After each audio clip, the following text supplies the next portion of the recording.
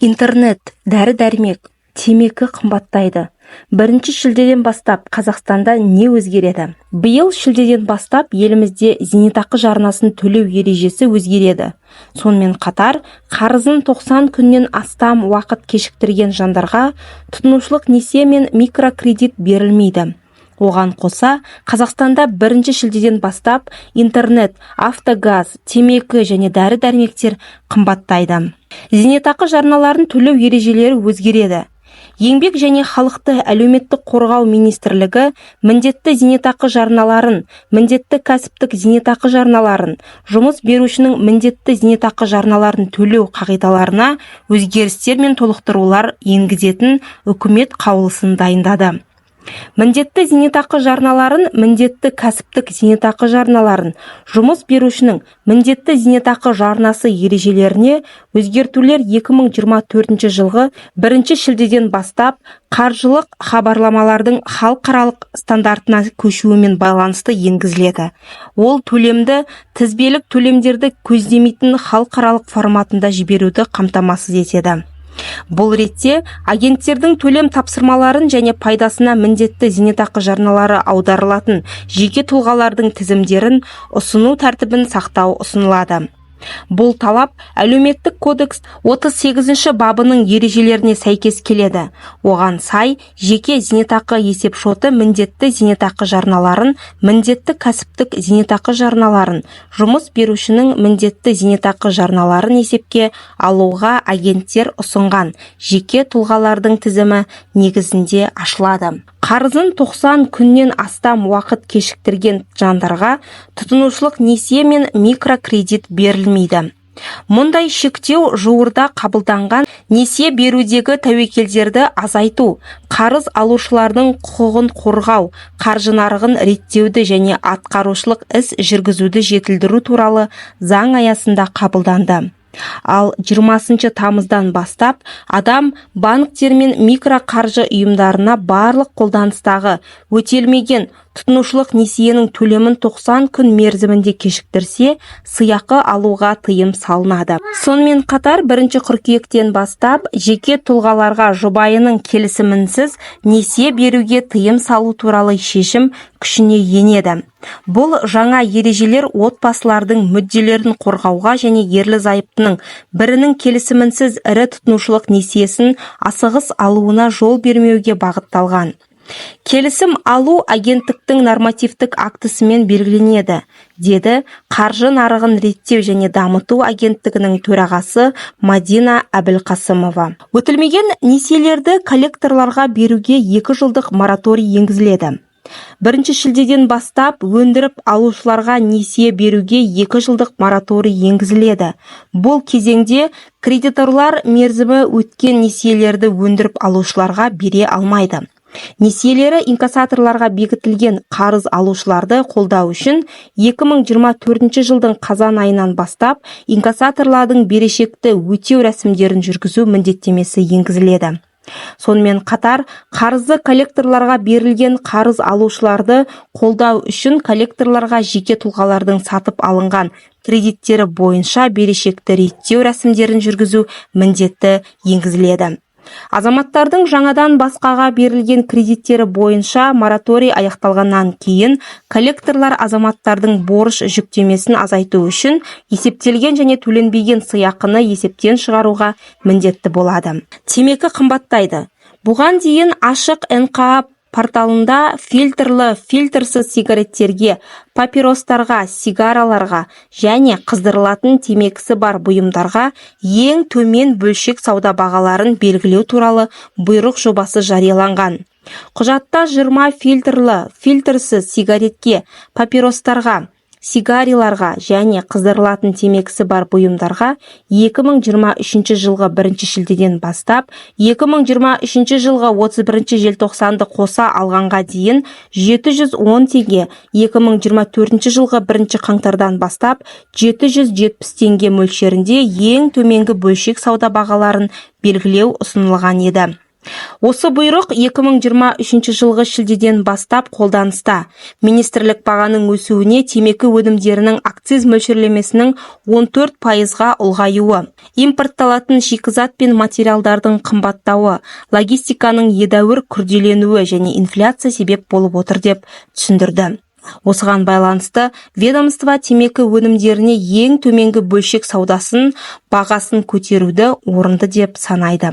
Автогаз қымбаттайды. Энергетика министрлігі ашық НКА порталында 1 шілдеден бастап Қазақстанда сұйытылған мұнай газының бағасын біршама түзету бойынша бұйрық жобасын жариялады. Бұйрықта газ бағасының қымбаттауының бірнеше себебі көрсетілген. Бүгінде сұйытылған мұнай газының бағасы оны өндіру құнынан әлде қайда төмен.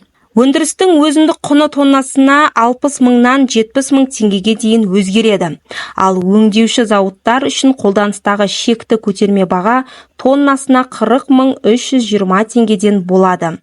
Осылайша өндірілген әр тонна газдан зауыттар 20-30 мың теңге көлемінде шығынға ұшырайды делінген хабарламада.